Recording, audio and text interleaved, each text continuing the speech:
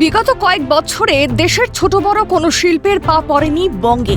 তৃণমূল কংগ্রেসের ঘৃণ্য রাজনীতির কোপে পড়ে টাটাদের রাজ্য ছাড়ার পর বাংলার দিক থেকে প্রায় সব শিল্প একযোগে মুখ ফিরিয়েছিল। রাজ্যে নেমে এসেছিল শিল্পের খরা।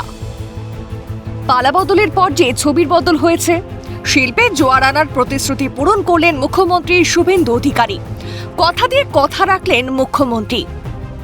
একের পর এক বড় শিল্পের আগমনে রাজ্যে শিল্পের মানোন্নয়ন হবে, বেকারদের জন্য থাকবে ঢালাও নিয়োগও। আশ্বাস বঙ্গের মুখ্যমন্ত্রী শুভেন্দু অধিকারীর। 19 তারিখে আমুলেরও ভূমি পূজন হবে। আমাদের স্বরাষ্ট্র সমবায় মন্ত্রী করবেন।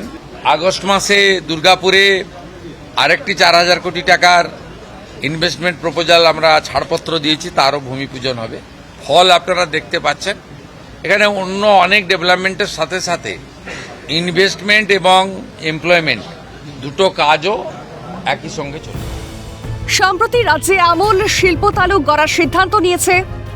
পরিকল্পনা অনুযায়ী হাওড়ায় বিশ্বের সর্ববৃহৎ দই উৎপাদন কেন্দ্র তৈরি করছে আমুল।